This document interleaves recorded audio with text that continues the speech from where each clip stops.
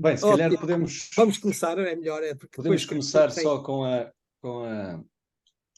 apresentação. Eu vou fazê-la devagarinho, de forma a saborear cada palavra da apresentação do Zé, e assim vou dando tempo para as pessoas entrarem. Deixem-me começar por fazer aqui um anúncio para os mais distraídos. Estas nossas sessões da APU são gravadas, ou seja, isto é só para que fique o registro e para convidar quem não quiser ser gravado pronto, depois não pode estar, não é? Tem que ver depois, tem que ver a sessão gravada a posteriori, ok? É indiferido. Uma segunda nota é agradecer desde já o apoio à APU da Fundação Serra Henriques, nomeadamente também para estas conversas que temos tido sobre o território. Pá, e em terceiro, mais importante, diria eu hoje, era agradecer ao Zé Carlos Mota, a disponibilidade imediata para vir hoje aqui, e tenho muito gozo em moderar esta sessão, porque estou a moderar um amigo do peito, é meu amigo, meu colega. Tenho o prazer de partilhar com ele já uma boa parte da minha vida, do meu trabalho, do meu dia-a-dia. E, portanto, em nome da APU, Zé, obrigado.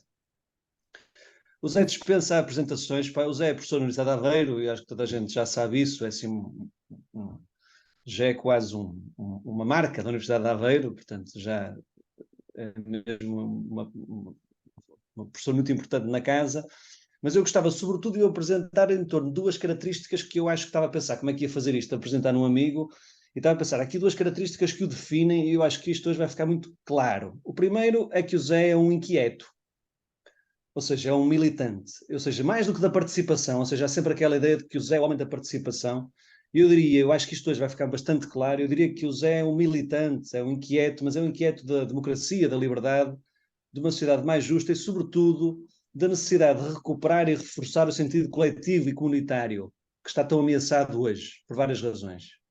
Acho que esta característica que marca muitos dos movimentos cívicos que o Zé está envolvido, ou seja, o que liga a promoção da bicicleta, de uma cidade mais justa, da proximidade, da movimentos cívicos das alterações climáticas. É sempre esta militância do Zé em torno do reforço do sentido coletivo, do sentido de comunidade, de reforçar esta dimensão que hoje está tão ameaçada. A segunda ideia, e eu acho que a apresentação 2 também é muito clara nisto, é que o Zé é um destruidor de mitos.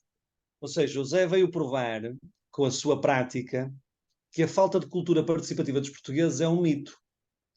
O que acontece, parece-me a mim, e acho que o Zé partilha desta leitura, é que tem havido poucos estímulos à participação devidamente enquadrados. Ou seja, os cidadãos não participam porque sentem que não podem acrescentar muito mais. A decisão já está tomada, o orçamento está fechado, e portanto é difícil participar nessas condições.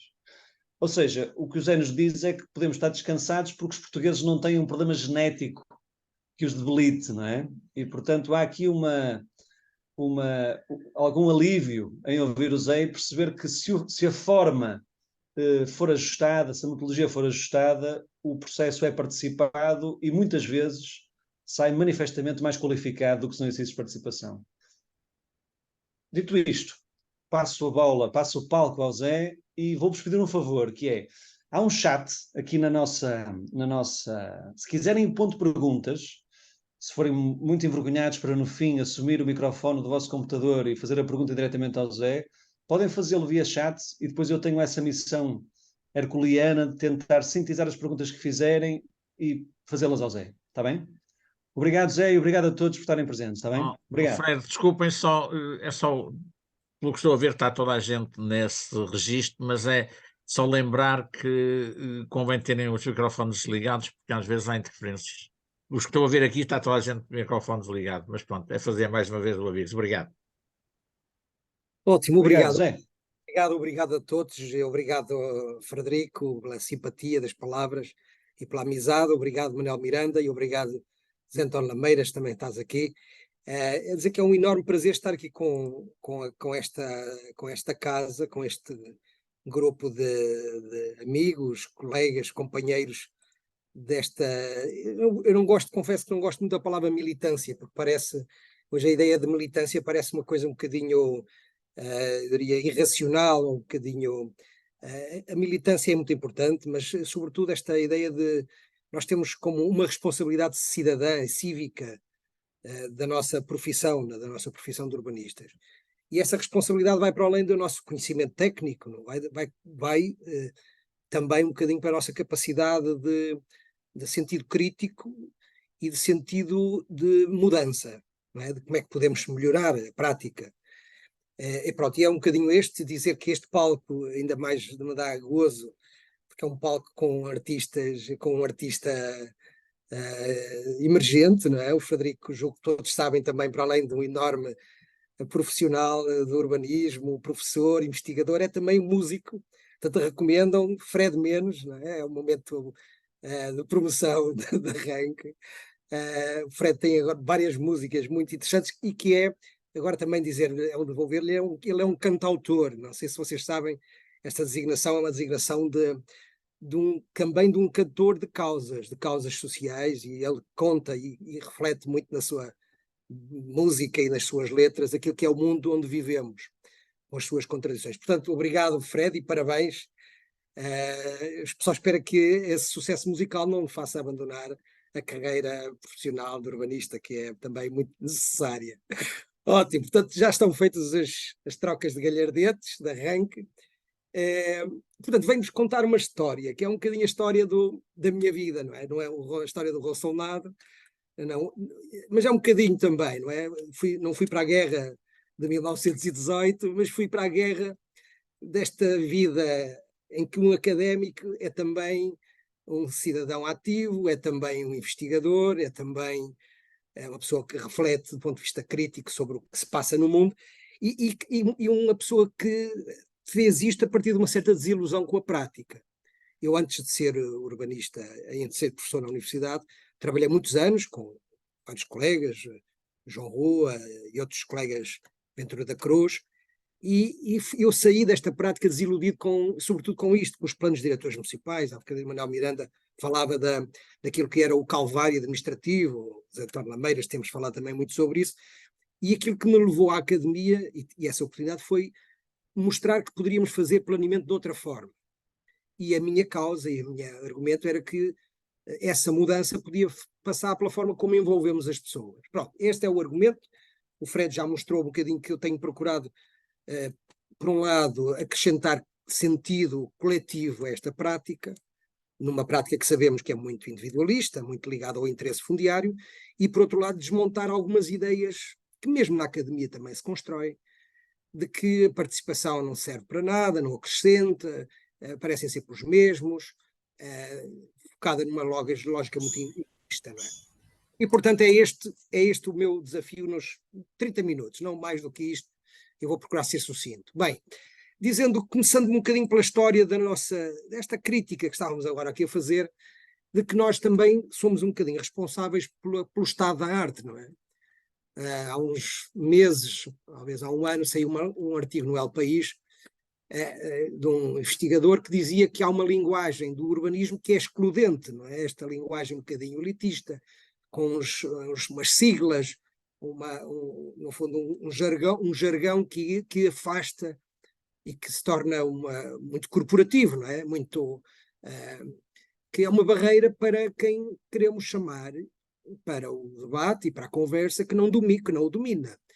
E, portanto, isto, em vez de nos qualificar perante a sociedade e perante a administração, isto, num certo sentido, protege-nos de uma certa, diria, transformação ou perturbação daquilo que é um sistema racional de planeamento.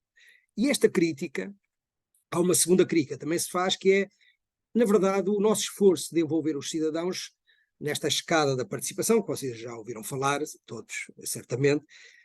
Nós temos vindo a subir, sobretudo, os degraus, do que nós chamamos os graus do tokenismo, não é? Da pseudo-participação.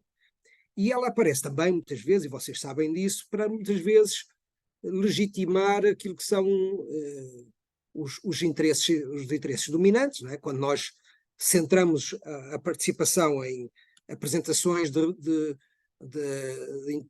zonamentos, de propostas, nós naturalmente estamos a focalizar-nos naquilo que é a regulação do uso do solo, e muitas vezes para aquilo que são aqueles que têm a sua vida em risco, os seus interesses em jogo, e que tem um poder de influência muito grande. Portanto, há aqui um problema de método, que às vezes até, de uma forma até um bocadinho panfletária, se organizam em grandes eventos de apresentação de planos que, na verdade, legitimam esses interesses, portanto, não permitem que se discutam verdadeiramente as propostas. Portanto, há aqui, e isto está sustentado na literatura, esta crítica à forma como fazemos. E mesmo no ponto de vista dos poderes públicos e a Direção-Geral do Território, não sei se está aqui alguém, mas até era interessante nós tentarmos perceber, houve aqui uma publicação recente sobre as boas práticas para os planos diretores, em que há um conjunto de temas que são focados, e curiosamente esta da participação dos cidadãos não consta, não é? Portanto, o que significa que os municípios também não têm os incentivos, para além daquilo que é próprio quadro legal estabelece, não é? Daquilo que é a participação preventiva ou aquilo que são os inquéritos públicos. E, portanto, isto permite justificar que, na verdade, não há uma cultura de participação cidadã em Portugal, no âmbito dos nossos planos. Mas a lei, curiosamente, permite fazê-lo, ou não o proíbe, não é? Não o estabelece de uma forma muito clara, mas não o proíbe. E o que acontece é que não há aqui um esforço de encorajamento dos cidadãos e dos atores locais para esta participação. Portanto, há aqui um risco de que muito da nossa prática de planeamento seja enfraquecida em termos de legitimidade e de corresponsabilização e até de aprendizagem. Naturalmente que a participação vai mudar o quadro de relações, mas isto também é um processo que se aprende a fazer. Mas agora, a conclusão fundamental desta introdução que eu queria vos deixar é que isto não resulta, e o Fred disse-o há bocadinho, não há nenhum problema de falta de interesse ou de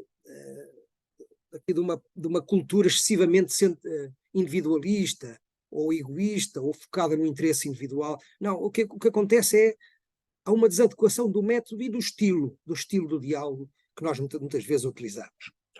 Mas os planos diretores e a lei, o registro que temos, pode ser uma oportunidade de mudança para suprir ou superar algumas da rigidez que nós temos, não é?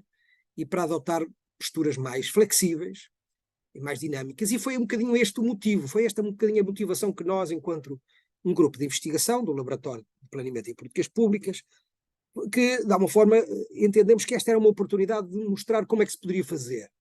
E nada melhor do que um centro de conhecimento, porque temos, por duas razões, temos a obrigação de o fazer, é a nossa missão, mas também temos que muitas vezes que arriscar, não é? E que cometer, ir um bocadinho para além daquilo que são os limites estabelecidos, e portanto também arriscando, e nesse ponto de vista pondo a nossa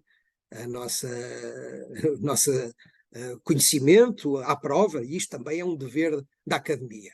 E, portanto, a inovação que nós entendíamos que deveríamos fazer era em vários níveis. Portanto, mudar várias coisas. No objetivo, para que é que serve o planeamento e para que é que serve a participação, na forma como ele se produz, não é? Que não pode ser só no início e no fim, tem que ser contínuo, no método, na forma como as pessoas falam, como se organizam os conteúdos, como é que se reproduzem esses conteúdos naquilo que são o próprio plano, não é? Na forma como se comunica. Muito importante a postura, que é uma parte do método, a forma como aproximamos, como reduzimos as hierarquias, tornamos mais horizontais, mais próximos, e nos resultados, o que é que queremos que estas práticas traduzam, o que é que queremos que elas tenham no final como resultado, que é naturalmente mudar as comunidades, tornar os agentes, os cidadãos mais críticos, não é? Mais exigentes com os poderes, mas também com eles próprios, e olhar uma coisa muito importante que são os grupos subrepresentados. Não é? O Nelson Dias, no âmbito da rede das autarquias participativas, fala muito sobre esta questão muito, muito importante. Temos grupos que não participam da mesma forma e que não têm o mesmo acesso, as mesmas ferramentas, as mesmas oportunidades, e isto significa também um esforço da nossa parte. Portanto, trago-vos aqui um bocadinho a história. Este enquadramento serviu só para situar o estado da arte, um bocadinho o ponto de partida daquilo que foi o nosso desafio.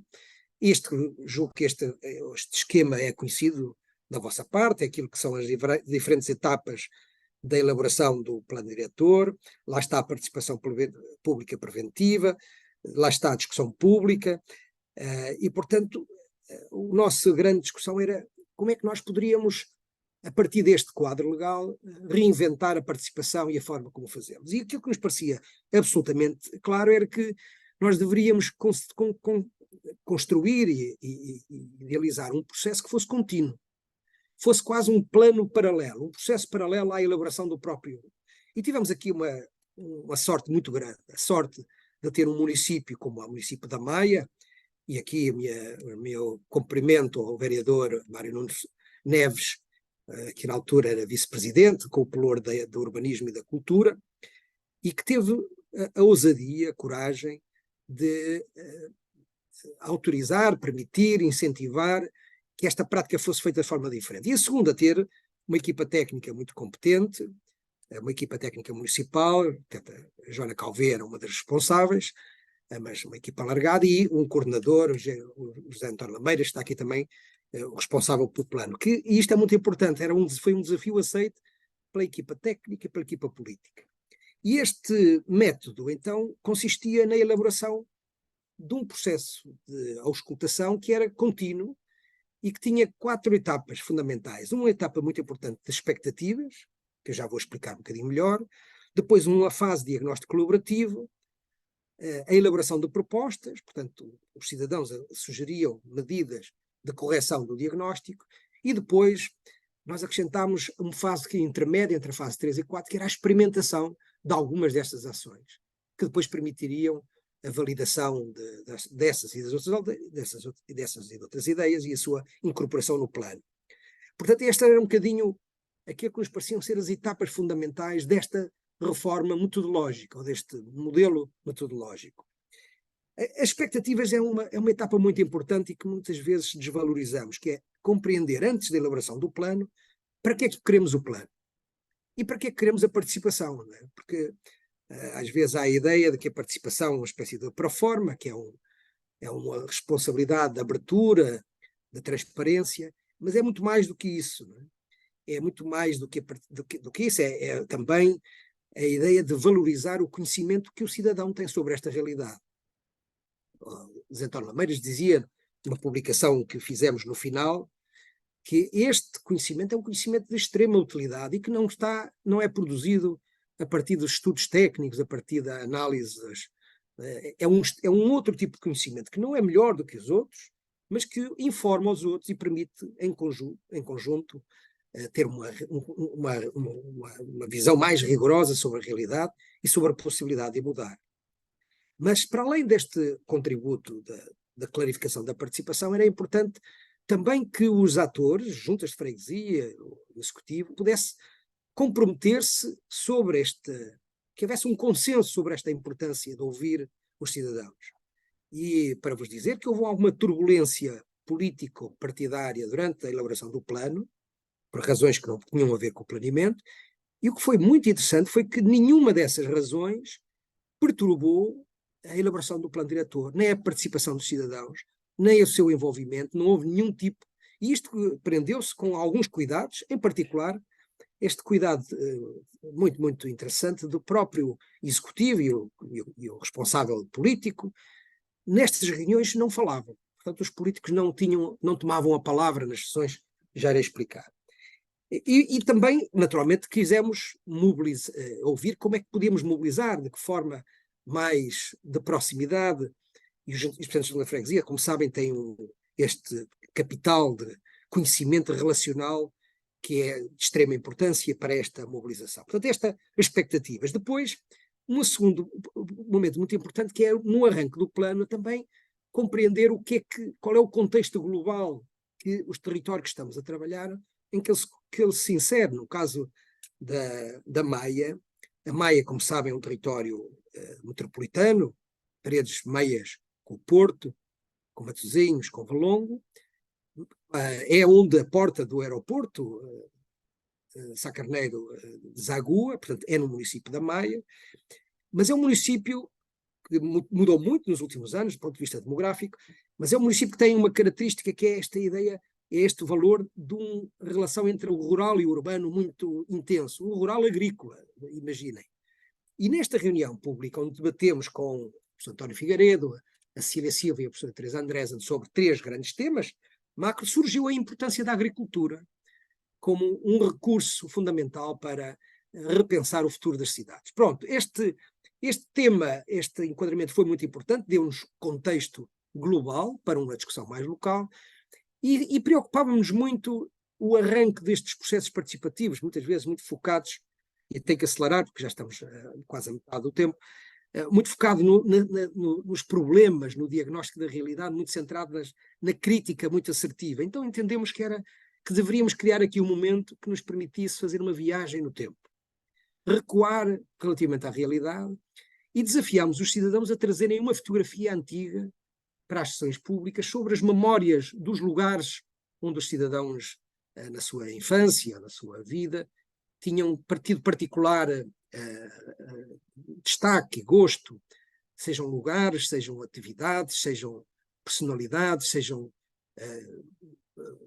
eventos, e de uma forma que estas memórias coletivas pudessem ser um momento de valorização daquilo que são as referências identitárias. Isto deu origem a este mapa, a 10 mapas como estes, mapas de memórias coletivas, mas tiveram uma vantagem, quando nós íamos para as mesas, quando estávamos nas mesas, na segunda ronda, o diagnóstico era produzido a partir desta viagem, deste percurso. Portanto, permitiam que o diagnóstico fosse muito mais equilibrado entre aquilo que eram os aspectos positivos e negativos. E como vê, uma das questões fundamentais é que, para já, que as pessoas queriam e gostavam e tinham gosto em falar, mas, sobretudo, todos falavam ao mesmo tempo e todos falavam. Portanto, a mesa redonda é uma qualidade que permite esta distribuição muito mais democrática daquilo que é a intervenção cidadã. Naturalmente moderada, que está aqui o Gil Moreira, não sei se ele está aqui, ele também disse que aparecia aqui, ele foi o pai destes mapas de memórias coletivas, que foram uma referencial, e portanto isto permitia-nos que numa primeira ronda, as primeiras sessões não foram tão assertivas, fomos, e também como investigadores, sempre acertando o método, corrigindo, mas era muito importante devolver aos cidadãos o que tinha acontecido. Surgiram as newsletters com um tratamento estatístico de causas, de consequências, de problemas, de recursos, portanto, daquilo que era a devolução o mais rápido quanto possível daquilo que eram os contributos. Isto permitiu-nos, depois de uma primeira ronda, que foi muito rica, muito poderosa, e que tinham sempre aqui um cuidado, eu aqui não ilustrando, de celebrarmos, tínhamos sempre no fim destas rondas um momento de celebração. A celebração não era nenhuma festa, na verdade era um momento em que apelávamos a que em cada freguesia trouxessem os produtos gastronómicos, o vinho, a doçaria, nós trazíamos os ovos de Aveiro. Isto pode parecer um bocadinho uma coisa esotérica, um bocadinho estranho, mas isto tinha uma função, era que celebrássemos o trabalho que estávamos a fazer em conjunto e o sentido comunitário que estas reuniões permitiram criar fosse apurado. Não é? Isto foi muito útil. Claro que isto era uma primeira etapa, depois voltámos uma segunda vez sobre as propostas. E é muito interessante, íamos sistematizando as propostas, que era a agenda que emergia destas reuniões. Não era uma agenda um bocadinho, eu diria, fragmentada, com temas um bocadinho estranhos. A agenda que saía daqui estava muito, muito alinhada, a agenda de preocupações e de sugestões, muito alinhada com aquilo que era o diagnóstico técnico. Portanto, foi surpreendente que um conjunto de cidadãos, e nós no conjunto tivemos mais de 1.500 participantes, tivessem produzido coletivamente um resultado que, do ponto de vista técnico, está muito alinhado com o contributo dos estudos setoriais e do plano. Portanto, o que significa que, ao contrário que muitas vezes também se diz, que os cidadãos têm coletivamente este poder de uma certa racionalidade coletiva, de uma inteligência coletiva, que foi muito relevante, muito útil para o produto final do plano. Claro que quem participa há fragilidades, nós sabemos que quem participa são sobretudo os homens, 2/3, são sobretudo de meia idade, de uma classe média, média alta, Mas a qualidade das propostas, o número de propostas, mais de 1000 propostas, depois foram sistematizadas em 144, isto deu origem depois a uma depuração, e muitas delas foram incluídas no plano ou em instrumentos de política pública, já explicarei. Mas nós queríamos que não ficássemos por aqui, não era só uma agenda de propostas temáticas, era também um conjunto de ações que os cidadãos identificavam e que levavam à prática. Portanto, ações que tinham a ver com a fruição dos caminhos rurais, tinham a ver com a impermeabilização dos solos, tinham a ver com a memória coletiva, tinham a ver com o debate de questões ambientais, coisas muito, muito delicadas. Para terem uma ideia, a Siderurgia Nacional, que é uma empresa nacional das mais importantes, foi, eu diria, convidada para organizar um debate sobre a poluição que ela própria produzia. Um debate em que os cidadãos tinham a oportunidade de colocar as questões mais fortes e intensas. Foi uma sessão muito dura. A própria administração da empresa reconheceu que se sentiu até um bocadinho desagradada quando foi convocada pelos cidadãos, pela Câmara, mas através dos cidadãos, para este debate. Portanto, só para dizer que não foram soluções e atuações fofinhas, foram duras e, portanto, colocaram os dedos na ferida. E estas ações experimentais foram um capital de conhecimento muito rico. O que é que então isto se transformou? E depois o Zé António Lameiras pode validar um bocadinho isto. Estas propostas não ficaram só no abstrato, elas traduziram-se em contributos para o plano, para as peças escritas, para o relatório, para o regulamento. Julgo que o Gil Moreira virá aqui numa próxima sessão, falará um pouco mais sobre isto, para as peças desenhadas, para a planta de ordenamento, para o programa de execução. E, portanto, elas tiveram uma materialização concreta em termos de... E isso foi explicado numa terceira ronda que fizemos ou uma quarta ronda, depois das ações experimentais, com os cidadãos. Estão aqui a explicação do que é que resultava do estudo do plano, do que é que eram os cidadãos, e depois qual era a estimativa orçamental, o seu horizonte e a representatividade. Mas, naturalmente, nem todas as propostas tinham uma matriz espacializada ou espacializável, ou podia-se refletir no PDM. Então, o que aconteceu foi que elas foram dirigidas para outros planos setoriais, na área da educação, da saúde, do turismo, do desporto, etc. Portanto, houve aqui a preocupação de explicar aos cidadãos que aquilo que era o seu contributo tinha tido vários benefícios, e que já explicarei, mas sobretudo no ponto de vista técnico. E, portanto, em síntese, para que é que isto serviu? Porque é que foi útil esta participação? Ela foi útil por várias razões. Em primeiro lugar, porque, como já referi, ela trouxe informação útil. Informação que não existe, não está disponível nos dados do INE, nos levantamentos de campo.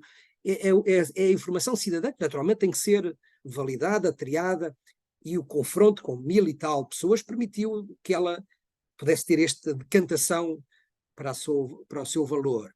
Mas também a participação não é só um momento de falarmos, é também um momento de escutarmos. E, portanto, a equipa do Lameiras, da Joana, da equipa municipal, estavam nas mesas e várias vezes procuravam esclarecer e, portanto, permitir que os cidadãos também fossem informados e, em alguns casos, contradizendo algumas das coisas que eram ditas ou procurando acrescentar conhecimento sobre o que é que estava previsto, o que é que se ia ser feito. Portanto, era um exercício de diálogo e de enormíssima proximidade. Mas muito, muito importante reconhecer os recursos invisíveis da comunidade, dos cidadãos e dos atores locais, das coletividades, e transformá-los em ação para o benefício da sociedade. Isto aconteceu na área cultural, na área desportiva, na área social. Portanto, tivemos esta participação rica e de corresponsabilização. Os cidadãos hoje, e vou explicá-lo, eles hoje sentem-se que este plano é um plano que é muito do seu contributo. E isto não é retórica. Nós editámos um livro, que eu já vou mostrar, em que fizemos entrevistas passados 2 anos com cerca de 20, 30 participantes. A Elvira Rebelo, que é uma cidadã e responsável também na área da cultura, na DREC Norte, na Direção Regional da Cultura do Norte, ela deu este testemunho sobre a sua, e este é um testemunho comum a várias das pessoas. As pessoas tiveram verdadeiramente umas com as outras, aprender a relacionar-se entre si, percebendo as diferenças. Portanto, não foi um exercício um bocadinho sem contraditório, sem discussão. Não, era um exercício corajoso de desencontros também, e isto aconteceu, mas que permitiu, ela que fala de uma camada do território, criar uma camada de território que é um território encarnado. Encarnado não de vermelho, mas encarnado no sentido de carne e osso, feito de gente que foi produzindo e participando. E nós tivemos situações absolutamente processo, depois no direito são questões sensíveis, delicadas, mas que mostraram a resiliência e o valor que as pessoas atribuíram a este exercício. Portanto, em síntese, isto traz-nos desafios novos. Não é? Estas práticas têm que ser mais flexíveis, mais experimentais, mais abertas a todos. Elas implicam mais audácia metodológica, mais audácia na forma como ouvimos, como registamos e como transformamos o conhecimento em ação.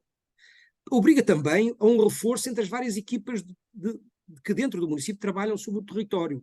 Não era o plano diretor municipal, não era da divisão do ordenamento ou do planeamento, era das várias divisões, de ambiente, das infraestruturas, do espaço público, da economia. Portanto, esta articulação e o plano diretor permitiu, e estes debates permitiu, com a presença de técnicos nas reuniões, que isto ocorresse.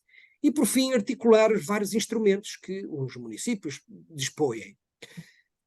Em síntese, para concluir, o plano teve várias consequências. Em primeiro lugar, a própria valorização que o município teve do seu esforço e do mérito dos resultados, que não se aprendem com a equipa, aprendem-se com a capacidade de envolvimento dos cidadãos e o tempo e a dedicação que entregam, e convido-vos a encomendarem este livro. Ele está disponível na Câmara Municipal, no site da Câmara, na Divisão de Cultura. Foi apresentado recentemente na Feira do Livro. Foi um encontro onde que nós juntámos muitos dos participantes no processo participativo. Portanto, foi um encontro de festa, e isto revelou um bocadinho a ambiência que tínhamos. As pessoas estavam sinceramente e verdadeiramente empenhadas na valorização do seu contributo. E apareciam naturalmente as pessoas com interesses fundiários, mas percebiam que não era ali um lugar para discussão. Muitas vezes, alguns saíam, mas muitas vezes ficavam e aderiam a esta metodologia. Mas o plano tem consequências, naturalmente, para além do plano, do plano formalmente aprovado, muitas das propostas que já estão a ganhar corpo. Este Museu das Memórias Coletivas hoje é um projeto autónomo que está a ser implementado por uma outra equipa e que vai também capitalizar as memórias e o trabalho que fizemos. E os percursos rurais, uma das propostas dos cidadãos, não foi só já apresentado, como já está a ganhar corpo no terreno, com várias iniciativas que valorizam esta dimensão da agricultura e do seu papel relevante na economia, no lazer, no turismo e na definição de um conjunto de modelos urbanos em que o equilíbrio urbano-rural, e isto faz todo sentido hoje quando discutimos a cidade de proximidade ou a questão das alterações climáticas, é a consequência deste tipo de reflexão. Naturalmente, com muito orgulho, a Rede das Autarquias Participativas concedeu um selo de boa prática para aquilo que estamos a fazer, e pronto, é um bocadinho a história. Trago mais duas se isso fizer sentido, durante a conversa, sobre o que se passou em Gaia e o que se passou em Valongo. Em Gaia, porque apareceu a pandemia pelo meio, e tivemos que mudar e fazer exatamente o mesmo, mas em registro digital, através do Zoom, tal como estamos a fazer. E em Valongo, a particularidade foi envolver crianças do primeiro ciclo, e participaram mais de 500 num exercício de envolvimento sobre o futuro, sobre a procura do lugar das crianças no planeamento e no território. E dizendo com isto que, mesmo em contextos de alguma adversidade ou de grupos que normalmente não participam, quando se criam as metodologias certas, as pessoas participam e envolvem-se. Pronto, Fred, é isto que eu trago para já, e agora abrimos o debate. Meu amigo, obrigado. Obrigado, José. Obrigado por teres conseguido também cumprir o tempo que nós tínhamos combinado. Tínhamos agora o mesmo tempo pensado para participação. Ou seja, portanto, hoje o tema eu diria que fala por si, não é? Não vai ser difícil desafiar-vos a participar, também. Experimentem. Portanto, basicamente a ideia era agora, temos 30 minutos e eu ia apelar-vos a um poder de síntese, ou seja, que cada pessoa que participe tente ser o mais sintético possível, para ser então mais eficaz e para tornar o meu trabalho e o do Zé mais fácil. Ia pedir-vos pacotes de 3 perguntas, portanto, ou seja, abria questões, fazíamos questões sintéticas e pertinentes ao Zé, e depois o Zé no final respondia, devolvíamos à mesa, andávamos aqui neste jogo de participação possível que o Zoom permite. Pode ser? Meio que à volta da mesa, mas numa mesa estranha. Portanto, ia pedir-vos que vão pondo a mão no ar, ou usem o chat, ou assim alguma coisa, ou então abram o microfone e entrem na roda. A primeira pergunta é a Então mais vamos difícil, começar. portanto eu passava Como é para que a és o segunda Irene pergunta. Carrone? Também já estou aqui para participar. Boa, Conceição. São. Posso então?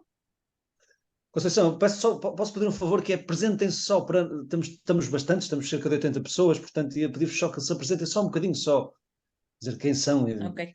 e outra coisa qualquer que Ora, queiram. o meu nome é Conceição Soares, sou de Monção, eu sou licenciada em Planeamento Regional e Urbano e neste momento sou diretora do Departamento de Gestão Territorial e Sustentabilidade na Câmara de Viana do Castelo. E a pergunta que eu tenho, antes de mais, dar os parabéns, de facto, o Zé Carlos, como sempre, fez um trabalho excelente. E, como estudante de imagens, eu não conheço bem o processo, fui acompanhando algumas coisas que o Zé Carlos ia divulgando nas redes sociais, mas por aquilo que vi hoje, e era isso que eu queria perguntar, ele utilizou muito metodologias no âmbito da Agenda 21 local. Foi isso? Percebi mal ou não? Obrigado, Conceição. Uma segunda pergunta.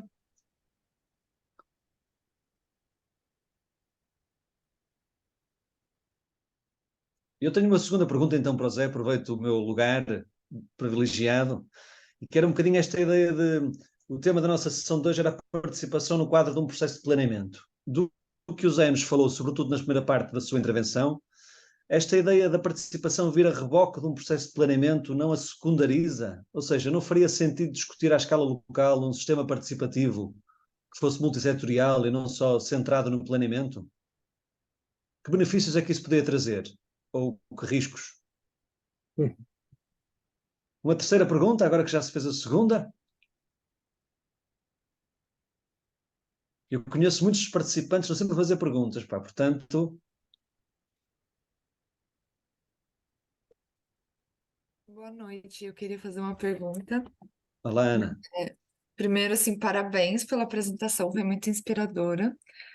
E eu fiquei curiosa, na verdade, para ouvir sobre as dificuldades do processo, assim, foram muitas propostas, muitas ideias, mais de 100. E como conjugar isso com interesses outros, de outros atores que também, não só do poder público, mas de outros atores que também influenciam no processo do planeamento. Ótimo, obrigado. Então já temos aqui 3. Fred, então Isso. vamos avance, não é? É isso, boa. Ok, então começando aqui um bocadinho pela questão que a Conceição coloca. Sim, na verdade, não há nenhuma. Nós às vezes julgamos, agora precisamos arranjar aqui técnicas novas e buscar coisas um bocadinho, eu diria, inovadoras, criativas. A metodologia mais assertiva e mais radical é aquela que nos permite colocar-nos a falar, não é? E, portanto, permite-nos ter tempo, permite-nos organizar um pensamento e, portanto, estruturar as nossas ideias, permite que todos falam, portanto, que significa que é um processo da construção de uma visão partilhada. Não é um somatório de visões, é a capacidade de nós ouvirmos, registarmos, podermos, às vezes até adquirir conhecimento sobre o lugar onde vivemos, isso foi relatado por muitos dos participantes, portanto não é uma... nós muitas vezes julgamos que conhecemos tudo, muitas vezes também desconstruir a forma como ideias feitas que temos sobre os problemas, sobre as dificuldades. Portanto, há aqui um exercício que, na verdade, é muito próximo em termos metodológicos das agendas 21 locais. Eu diria que ela é um bocadinho diferente no sentido que há... esta questão da memória coletiva eu diria que é uma inovação relativamente importante, porque ela nos registra aquilo que é um modelo de cidade que nós idealizámos como um modelo de cidade que já existiu, não é, no passado, e que nós sabemos que era um modelo de cidade muito diferente da que temos hoje. Em muitos lugares ela perdeu-se, mas ela dá-nos referenciais de modelos de futuro. E, curiosamente, alguns desses referenciais estão alinhados. Hoje falamos da cidade de proximidade. Não é? Esta cidade de proximidade é muita cidade onde nós vivemos, é uma cidade onde tínhamos as funções do cotidiano muito mais próximas. Era uma cidade que nos permitia ter uma vivência muito mais através de modos ativos, as redes de solidariedade e de vizinhança eram muito mais intensas. Portanto, a relação entre a agricultura, a produção local e o consumo, aquilo que era muito modelos que caracterizavam muitas da nossa vida, da emergência de muitos dos nossos territórios urbanos, são modelos que hoje estamos a recapturar, a reinventar, naturalmente, num contexto novo. E, portanto, esta concepção tem toda a razão, não há nenhuma inovação, mas há alguns, eu diria, cuidados. Como se costuma dizer, às vezes o diabo está nos detalhes. A devolução da informação é uma coisa muito importante, a comunicação que estabelecemos, porque isto, muitas das pessoas perguntam, então como é que as pessoas aparecem nestas sessões? Porque é que houve 1500 participantes e todas elas com o mesmo objetivo? Portanto, não vinham em busca do seu terreno ou da sua propriedade. Isto aconteceu porque este exercício foi construído num conjunto de narrativas, um conjunto de histórias. Portanto, ouve-se falar do storytelling, não é? Histórias sobre o que é que era o território que encontramos em cada um dos lugares, através de histórias de vida, depois histórias sobre o futuro, sobre o que é que as pessoas desejavam, e isto eram histórias que as pessoas levavam para os seus amigos e que traziam nas próximas edições. Portanto, havia aqui um exercício uma espécie de cola social, de cola dialógica, que permitiu que os cidadãos se revissem neste tipo de práticas. Portanto, há aqui, eu diria, algumas inovações. Isto prende-se com a segunda questão que o Fred coloca, e muito importante, que são as questões está bem, isto é muito bonito, mas só quando é que aparece planos é que isto... E depois dos planos, isto deixa cultura, deixa rasto. O Zé Carlos Portugal está aqui, ele também foi é consultor do município, foi um dos grandes amigos e com um papel muito importante de aconselhamento durante as várias etapas.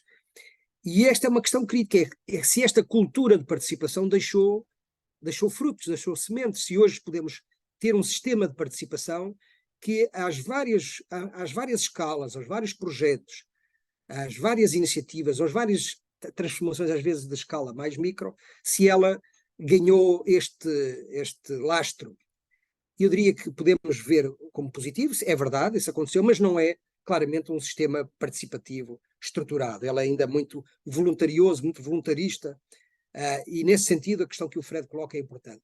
Eu diria que falha aqui uma coisa, que talvez não caiba aos municípios, mas cabe ao próprio governo e à Direção-Geral do Território, que é ser mais ambicioso naquilo que são, não diria o quadro legal, mas o quadro de recomendações, de orientações de política pública, orientações de prática de planeamento, que poderiam ajudar a conformar este sistema participativo, que não fosse só aliado a pontuais. Agora, a questão que a Ana coloca é muito importante, que é dificuldades. Não é? Nós tivemos muitas dificuldades, em primeiro lugar, do tempo, não é? Porque apareceu a pandemia, Ana, pelo meio. Imagina, tivemos que esperar, tivemos que adiar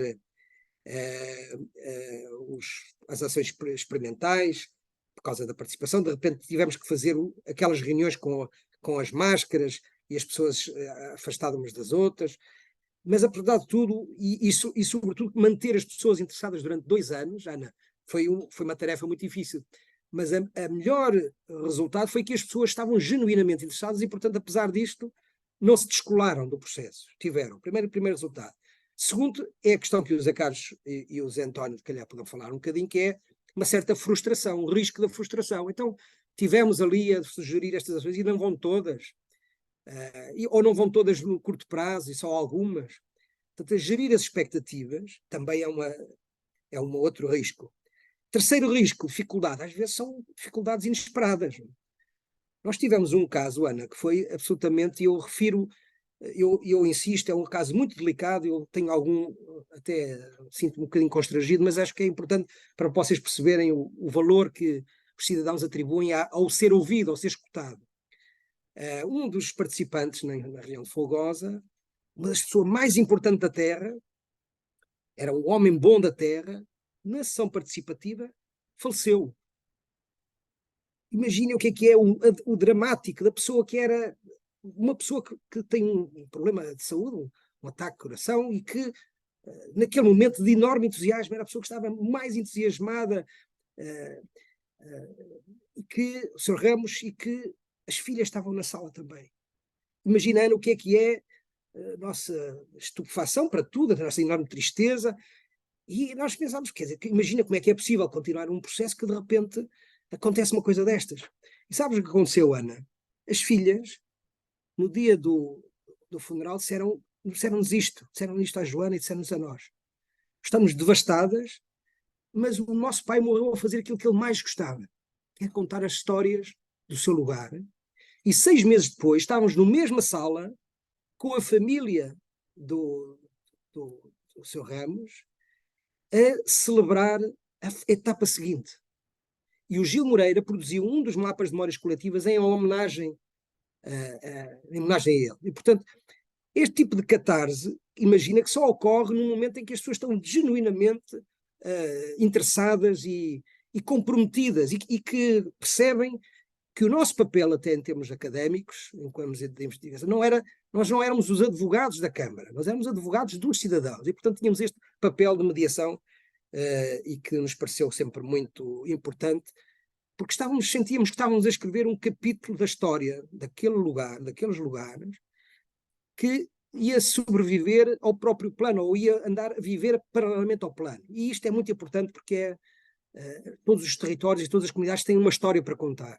E muitas vezes não têm a oportunidade de o fazer e de ficar registado em vários. Portanto, é um contributo genuíno e válido e eficaz e sincero e concreto. Obrigado, Zé. Já temos aqui mais 2 participações. Deixa-me só tentar abrir aqui a discussão e depois eu ia sumariar estas 2 que apareceram aqui no chat. Alguém quer lançar alguma questão? Sim. Teresa, força. Olá. Estás com a mão no ar, desculpa, não tinha conseguido perceber, peço desculpa. Tem importância. Gostava de perguntar ao Zé, nesta lógica de ciência cidadã e de responsabilidade partilhada, se efetivamente estas manifestações dos cidadãos e estas ações que eles queriam concretizar, se foram só concretizadas ao nível do planeamento, seja no âmbito do PDM, seja no âmbito de outros planos setoriais, ou se, por outro lado, este processo participativo fez também com que os próprios cidadãos se organizassem no sentido de eles próprios implementarem algumas destas ações que tinham identificado como importantes. Obrigado, Teresa. Se calhar aproveitavas sumariava aqui 2 contributos que apareceram no chat que me parecem relevantes também a reboque da pergunta da Teresa. Que é, o primeiro é do Edson Lourenço. É que há uma pergunta que é feita que eu gostava de... Eu fui acompanhando este processo com muito gosto, à distância, e o processo foi de muita intensidade. E o Edson lança uma pergunta que eu acho que era importante explicar, que é qual é que foi a frequência dos encontros desta auscultação? Porque isto exige que a gente pense, ou seja, na disponibilidade que nós teremos que organizar-nos enquanto sistema de planeamento para dar palco, para dar lugar à participação. Ou seja, de facto há aqui uma disponibilidade de tempo e uma intensidade de calendário que eu gostava que tu apresentasses e explicasses qual é que foi o método, não é? E que envolveu desde Lameiras, ou seja, vários elementos da equipa, não é? Portanto, não foi só a equipa da Universidade de Aveiro. O segundo é um comentário, uma observação do José Carlos Portugal, que eu gostava de extrair aqui algumas coisas, que é basicamente no último quartel do século XX, a Maia ficou com este karma, com este passivo de ficar com a ideia de ser uma rotunda territorial, não é? Ou seja, uma paisagem territorial muito marcada pelas autoestradas, pelas infraestruturas pesadas. E o José Carlos Portugal vem sublinhar uma nota que me parece muito importante, que é os mapas do Gil, de alguma maneira, foram uma ferramenta muito útil, quase se constituíram como diário do que foi perdido, ou seja, das dificuldades, dos problemas, e, portanto, que esse quartel final do século XX deixou na Maia. E, portanto, a pergunta é um bocadinho isto, ou seja, sobre o potencial da ferramenta, e depois de ter aplicado esta ferramenta, há andu, ou seja, é possível voltarmos a fazer um planeamento na Maia, ignorando este modelo de sair do estirador, não é? Como se algum de nós ainda usasse estirador, mas acho que percebem. Ótimo, grandes questões. Eu vou começar pela da Teresa. É verdade que eu acho que houve várias consequências, Teresa. Houve várias consequências, por exemplo, este processo ativou ou mobilizou, não ativou, mobilizou e beneficiou de várias dinâmicas cívicas. Por exemplo, a Comissão de Moradores do Castelo da Maia, que é uma comissão de moradores muito ativa, envolveu-se de uma forma direta na experimentação de uma das ações, de um jardim. Isto prende-se com a questão que o José Carlos Portugal coloca. Castelo da Maia, como sabem, é um território de crescimento de muitos residentes novos e, portanto, a ideia da identidade local para eles é uma coisa estranha, eles estão recém-chegados. E uma das notas que esta Comissão de Moradores colocou era a importância do espaço público. Aliás, o Fred fala muito sobre isto, o espaço público como o espaço de encontro e de fruição e de relacionamento, dos novos relacionamentos, não é? A importância, por exemplo, dos parques infantis, onde crianças que vivem nos prédios das redondezas se encontram e depois começam a fazer amizades, e isto despoleta relações de sociabilidade e de amizade entre os seus pais.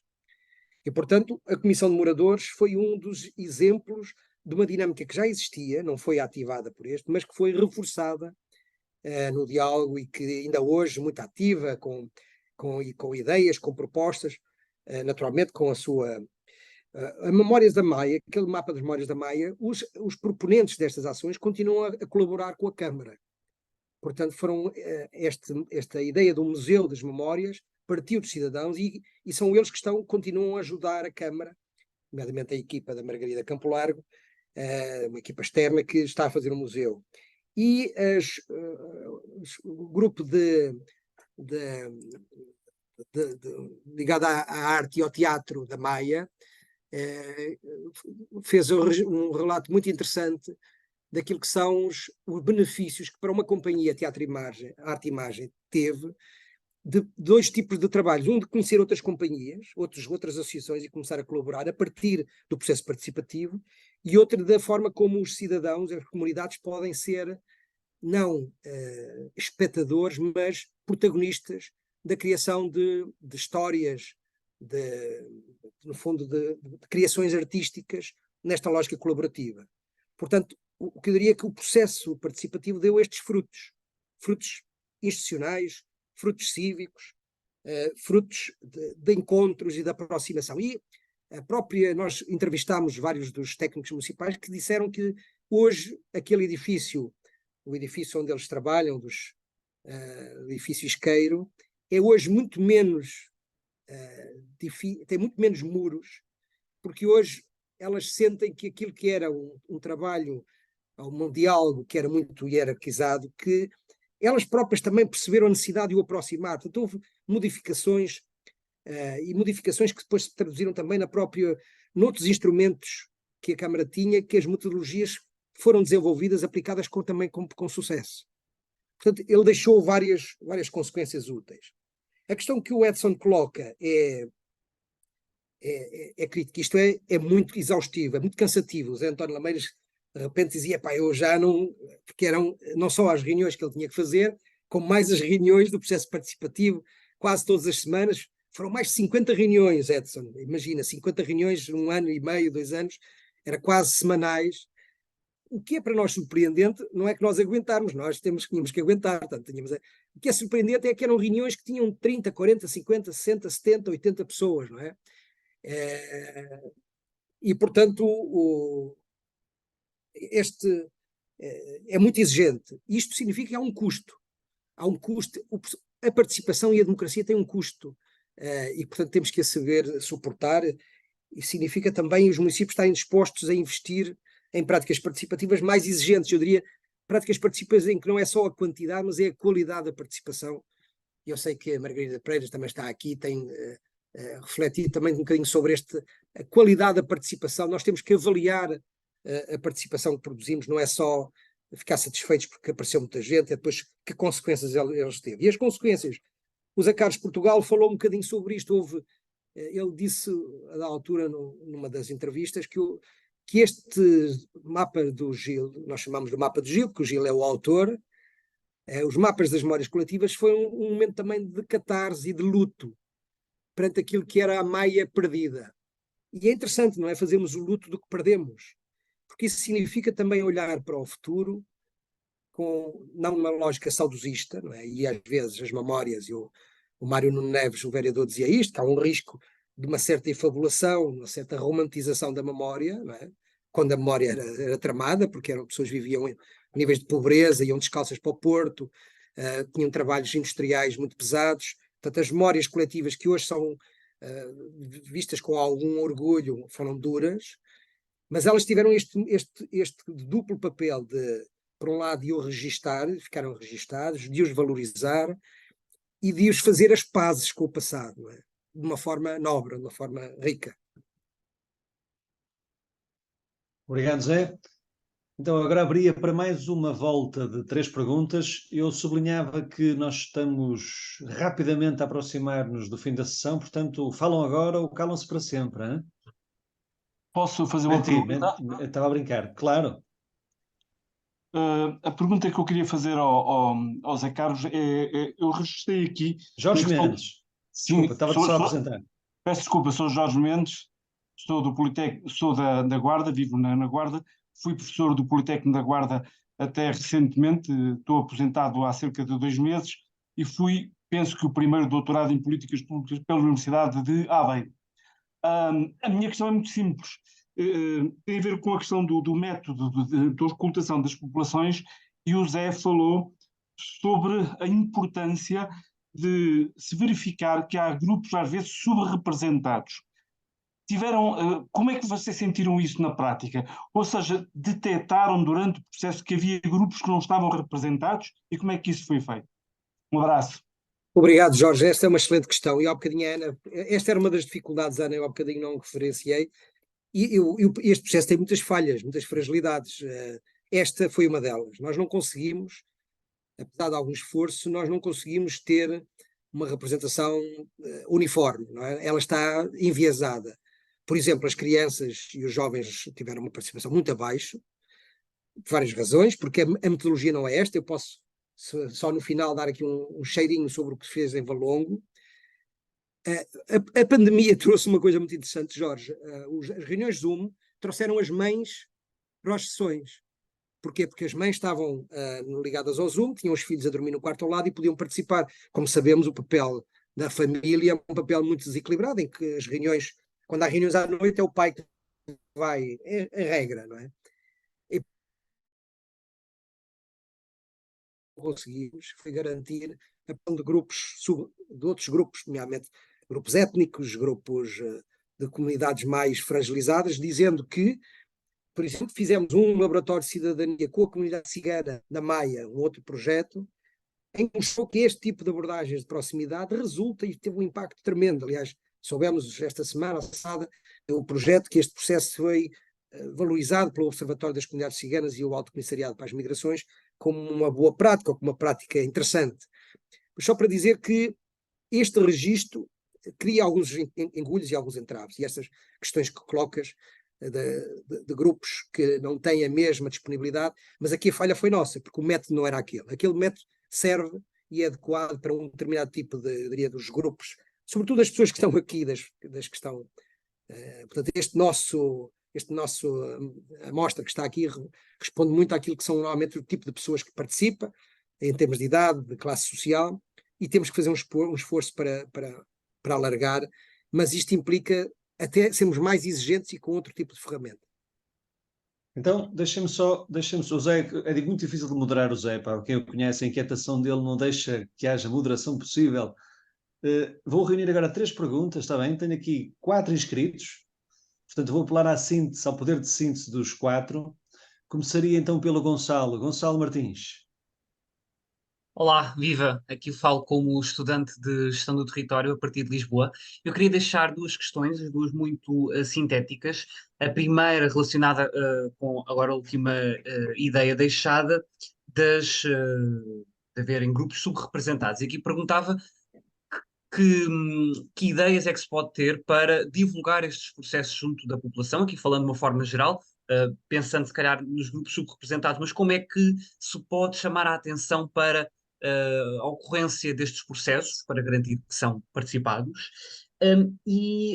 Uma outra questão muito prática que deixava, pensando nas mais de 50 reuniões que foram feitas, neste caso na Maia, como foi referido, e pensando sobretudo no início, que instrumentos, que coisas é que devem estar presentes numa reunião, sobretudo no início, para fazer com que os cidadãos participantes consigam imaginar o território. Aqui pensem em mapas, pensem em post-its, coisas é que são importantes para ajudar a estimular o pensamento de quem está nas reuniões. Obrigado.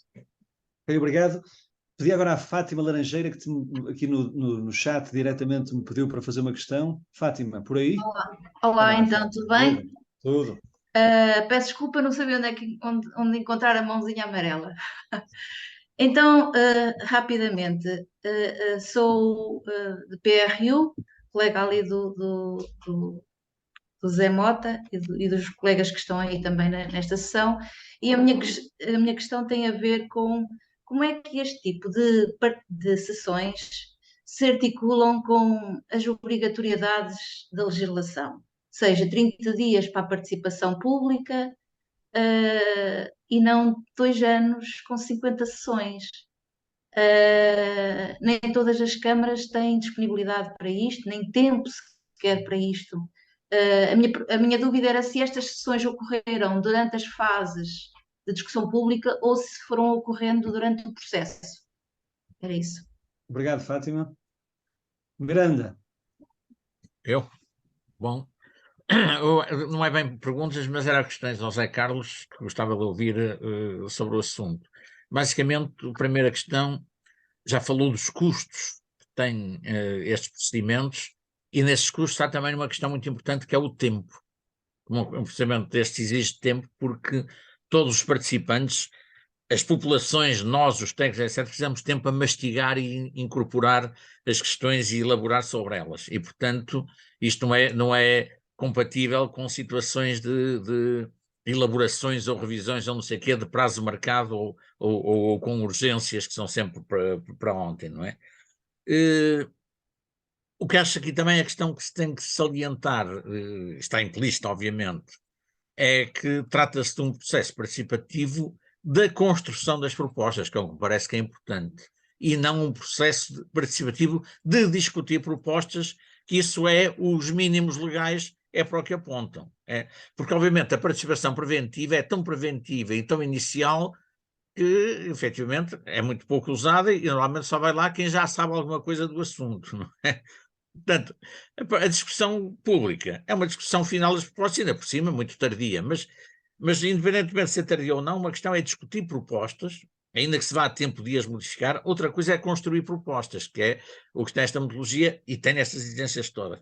Um último ponto, também gostava de ouvir a opinião do Zé Carlos, que é sobre isto, e relacionado com uma questão que foi posta há bocado, depois deste processo acaba a revisão do PDM, isto morre, etc. Em termos de estimular a participação de uma maneira mais continuada, eu penso que a grande preocupação deveria ser aproveitar todas as situações onde é possível fazê-la. Nomeadamente, todas as intervenções no espaço público, na minha opinião, deviam ser sujeitas a discussões públicas. Preferentemente das próprias propostas.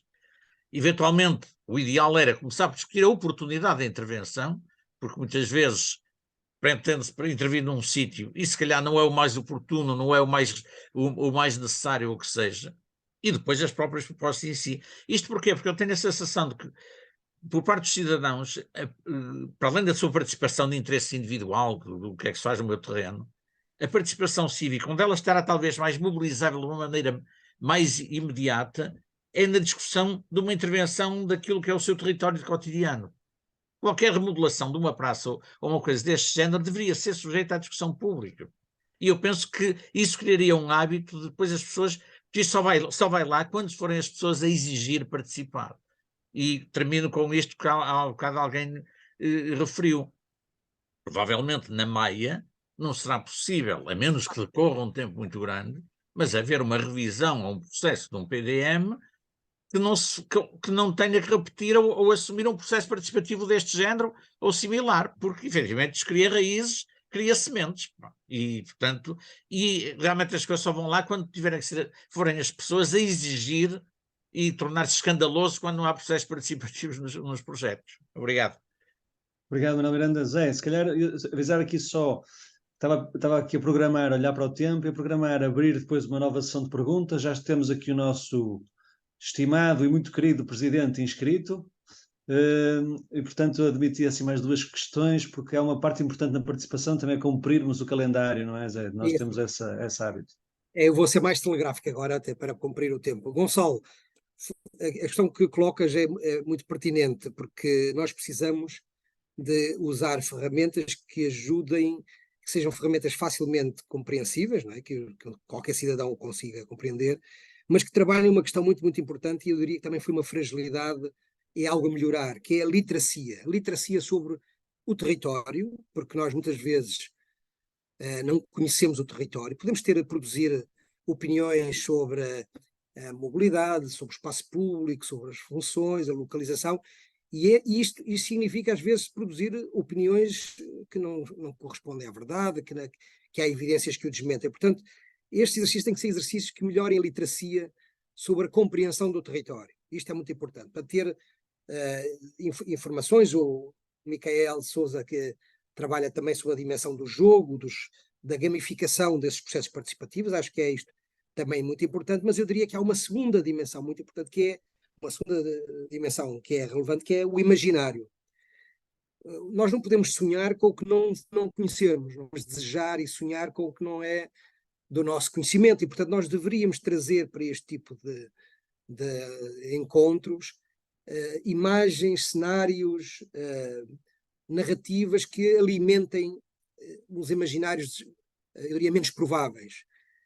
E portanto há aqui um trabalho também de como é que o design, como é que a ilustração, como é que o desenho, como é que a inteligência artificial, que vocês veem agora a produzir e ajudar a produzir imagens sobre o futuro, que elas nos possam ajudar a pensar. Não são receitas, mas são pistas, e portanto há um trabalho a fazer sobre isto. Fátima, isto foi feito ao longo de 2 anos e fora dos processos normais. Portanto, a participação preventiva foi antes do processo e o debate público ainda não ocorreu. Portanto, foi antes de um e outro. Naturalmente, imagina, isto e colocas a questão do custo e do tempo, é verdade, isto é muito exigente. E a boa notícia foi que o município encomendou isto com um tempo. Normalmente os municípios, quando arrancam as revisões dos PDMs, têm que o fazer em meio ano, e portanto isso não permite naturalmente ter esta folga. Manuel Miranda, os custos, e corroboro, os custos de tempo, de meios, de disponibilidade, e o Zé António Lameiras há bocadinho referi isso, de atenção numa agenda cotidiana e de uma agenda de trabalho que os técnicos municipais já têm, mas isto é um exercício que deixa muitos frutos nesta ideia não é um exercício de validação de propostas que lhe chegam, é um exercício de co-construção de propostas, de medidas, e que tem para nós valor o valor da coerência. Aquilo que as propostas emergem, e debatimos isto muito, era coerente com o diagnóstico. Portanto, há aqui uma riqueza de consequência. Agora, claro que estas raízes, estas sementes têm que ser alimentadas, têm que ser regadas regularmente, porque elas se podem perder. Não é? Todo este esforço pode criar frustração, e tenho toda a razão. nós deveríamos ter como regra a participação, e o Gil Moreira e o Fred, um deles diz isto, acho que é o Gil, devia ser quase como nós temos um levantamento topográfico para a edificação ou a base digital cartográfica para fazer um plano, isto é um requisito mínimo, também a participação devia ser um requisito mínimo e não devia ser um requisito excepcional. Obrigado, Zé. Abri então a última sessão de questões. Tomei a liberdade, Zé, de pôr o teu e-mail aqui visível para todos, ou seja, questões pós-sessão que surjam entretanto, desde inquietações, dúvidas, inquietações de cariz mais pessoal. O Zé também é um bom conselheiro, portanto estejam à vontade para enviar e-mail ao Zé Carlos Mota. Pá. Inscritos, temos o nosso presidente, como vos dizia, pedia mais 2 mãos no ar, mas então começo. Lameiras.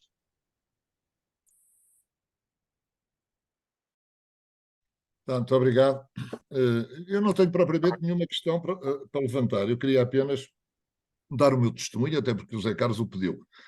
E o meu testemunho, eu começo por dizer que, efetivamente, é um processo, preparem-se, que é mesmo muito trabalhoso, exige muito da equipa do plano, não apenas da equipa a quem cabe, digamos assim, dirigir os trabalhos do planeamento participativo, neste caso a Universidade de Aveiro, com o Zé Carlos, mas da equipa do plano. Portanto, é uma reunião, no mínimo, uma reunião todas as semanas, ela tem que ser preparada. Depois da reunião nós temos que fazer a síntese dessa reunião, tirar as conclusões, trabalhar essas conclusões no gabinete. Muitas vezes, para as sessões experimentais, temos que sacrificar os fins de semana. Portanto, é um trabalho, é muito trabalho. E, portanto, sob o ponto de vista, isto agora para as equipas privadas, e sob o ponto de vista de remuneração, esqueçam, não há remuneração nenhuma que pague esse trabalho. O trabalho é pago pela compensação que nós tiramos dele. E nesse aspecto é francamente positivo, não apenas ao nível do conhecimento, como ao nível até da concertação de muitas propostas. Portanto, há aqui uma tarefa pedagógica, quer da parte da equipa do plano nas sessões, nas mesas redondas, quer também da população relativamente à própria equipa do plano. Eu aprendi imenso com este tipo de planeamento participativo.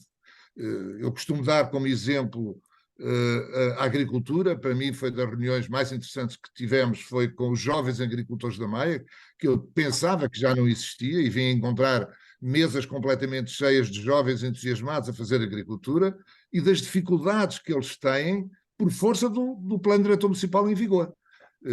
O Plano Diretor Municipal em vigor, ao admitir alguma edificabilidade em áreas rurais, estava a impedir que a agricultura pudesse ser rentável, porque eles são obrigados a ter 7, 8 terrenos, cada um com 1 hectare, onde tem uma bomba, onde tem um trator, onde tem, portanto, uma despesa perfeitamente inútil. Portanto, foi muito interessante, sob o ponto de vista desta compensação pedagógica. Agora é um compromisso para o município. As ações resultantes do planeamento participativo no Plano Diretor Municipal, elas estão todas, evidentemente, selecionadas. Há que fazer aqui também uma seleção, e até porque essa seleção é sempre sujeita também à sustentabilidade económico-financeira, à disponibilidade económico-financeira do município para executar essas ações, mas essas ações vão transitar para o plano de atividades e vão transitar para o orçamento municipal. Portanto, há aqui um compromisso sério, tem que haver aqui um compromisso sério da Câmara em dar seguimento às ações que resultaram deste tipo de planeamento. E há só uma questão que o Zé Carlos disse e que eu queria reforçar e que me parece muito importante. Foi um trabalho que envolveu todos os departamentos municipais. Portanto, os PDMs hoje não podem ficar única e simplesmente no departamento de planeamento ou no departamento da gestão urbanística. Não? Os planos diretores municipais têm que envolver o município por completo, desde os políticos a todos os departamentos técnicos que existam. E este processo, aliás, a primeira reunião, se não me engano, Zé Carlos, ou a segunda, primeiro foi com o Executivo e depois, a seguir, foi com todos os técnicos do município, para dizerem mal do plano que estava em vigor, e, portanto, eu era ali um bocado o bobo da corte, uma vez que me disseram muito mal de mim, mas pronto, paciência, e depois para dizerem o que é que achavam que o plano deveria ter. Portanto, foi uma ação fantástica, foi uma ação em que eles obrigaram, em que ficaram obrigados a trabalhar também no PDM, e eu julgo que o resultado final do plano vai ganhar muito exatamente com essa participação de todos os departamentos. Pronto. Só uma última questão. Nós, Associação Portuguesa de Urbanistas, quando resolvemos criar estas duas sessões, a de hoje e a do mês que vem, relativamente à participação, foi porque temos a consciência, e julgo que todos nós temos, quem trabalha nesta área, de que a participação pública prevista na legislação, quer aquela que está inerente à discussão preventiva, quer a final da discussão pública, não interessam, não servem de maneira nenhuma. Portanto, nós temos que trabalhar no sentido de encontrar outras formas de participação. O Zé Carlos mostrou-nos isso, e daí nós o termos convidado. Ele fez um trabalho notável, quer na Maia, quer em Valongo, quer em Gaia. Já o tinha feito fora do âmbito do Plano Diretor Municipal com as Serras do Porto, em Valongo, Gondomar e Paredes, e portanto pareceu-nos que o Zé Carlos era a pessoa indicada para nos falar sobre esta participação ativa que tem que substituir obrigatoriamente a discussão pública, que não tem interesse absolutamente nenhuma hoje no planeamento e no ordenamento autoritário. Era só isso. Obrigado, Lameiras. Eu aproveitava só para introduzir aqui uma questão, Zé, e podemos, se calhar, receber mais uma ainda, para ficarmos com as três, que é de uma discussão que surgiu aqui no chat, que eu acho muito interessante, entre o Gil e o José Carlos Portugal, que de alguma maneira sugeriram alguma pequenina divergência com o que tinhas dito há bocadinho, que é, não haverá riscos em procurar institucionalizar a participação? Isto sou eu a resumir uma conversa mais interessante do que isto, mas... Pois, bem, a questão... Desculpa, Zé, só mais alguma pergunta mais? Mais alguma questão? Uma última oportunidade? Se eu puder fazer oportunidade? mais uma questão. Podes, Ana, podes, força. Eu estava refletindo aqui sobre essa questão da responsabilização da Câmara e do poder público nesse processo. Como garantir que o processo não vai se perder ou com as mudanças de gestão? Então, uma gestão agora se comprometeu com isso, quando essa gestão muda, como garantir que as propostas, enfim, os planos e tudo que foi construído não se perca com as mudanças de gestões nas câmaras, né, que se comprometem com esse processo. Ótimo, então Obrigado. telegraficamente, porque já estamos adiantado a hora, bem, o Lameiras não coloca assim provavelmente nenhuma questão, eu corroboro tudo o que ele disse. Isto foi, houve várias surpresas aí da agricultura, foi uma delas, não esperávamos ter 40 jovens agricultores na Maia, mas jovens agricultores não são jovens velhos agricultores, velhos no sentido da velha agricultura, mas de uma agricultura moderna, que vendem para os mercados abastecedores, que vendem para fora, que exportam. Portanto, há aqui uma dinâmica rural agrícola que no contexto urbano metropolitano foi uma surpresa. Isto significa também esta ideia de que nós temos que abrir os olhos para dinâmicas inesperadas e que estão muito alinhadas com as agendas do futuro, com a agenda da transição climática. Foi organizado durante estes 2 anos que trabalhámos uma exposição sobre a relação entre a arquitetura e a agricultura no CCB. E, portanto, isto é um tema no Museu de Arte Moderna em Nova Iorque, a mesma coisa. O Rem Koolhaas também estava a organizar uma exposição sobre esta ideia da relação da cidade-campo, e a Maia parece-nos ser um laboratório absolutamente fantástico dessa relação, e portanto esta nota. Segundo, sobre a institucionalização da participação. A institucionalização da participação é criar um quadro normativo, um quadro procedimental que permita que ela não seja só feita por vontade ou por voluntarismo, que ela passe a ser uma prática nas decisões sobre o espaço público, uma prática nas decisões sobre projetos, numa prática, projetos, por exemplo, de habitação municipal, uma prática sobre planos. Na academia?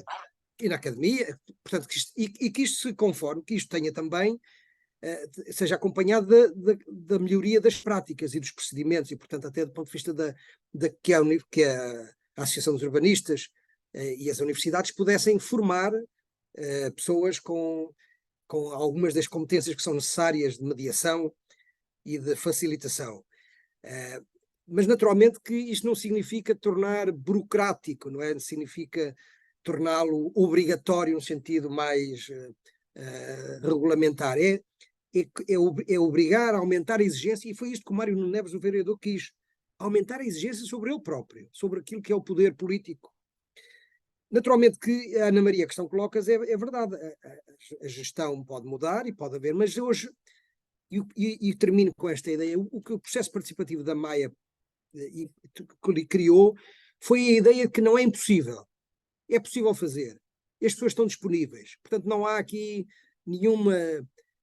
antigamente havia algum receio, porque às vezes se convocavam as pessoas e elas não apareciam. Hoje sabemos que é possível e que as pessoas estão interessadas e que não é muito difícil mobilizá-las. A questão é, isto não pode acontecer só de vez em quando, e isto tem que ter consequência, porque a consequência, e o José António Lameira sabe isso, os próprios cidadãos vão ter uma grande expectativa quando olharem para o plano de produto final e perceberem o que é que está ali ou o que é que está noutros instrumentos, e portanto poder também, e ter que haver um esforço de explicação e pedagógico para que as pessoas sintam que ganharam muito durante o processo, mas também vão ganhar no fim, com o plano e com os outros instrumentos que o município tem ao seu dispor. Obrigado, José. Cabe-me a mim só agradecer-vos a todos a vossa participação. Deixem-me sublinhar 2 agradecimentos especiais. Em nome da APU, obrigado José Carlos Mota e obrigado Fundação Serra Henriques por este apoio tão precioso para que possamos fazer estas conversas, está bem? Obrigado a todos, um abraço. E a próxima sessão é sobre o mesmo tema com o Gil dos Mapas.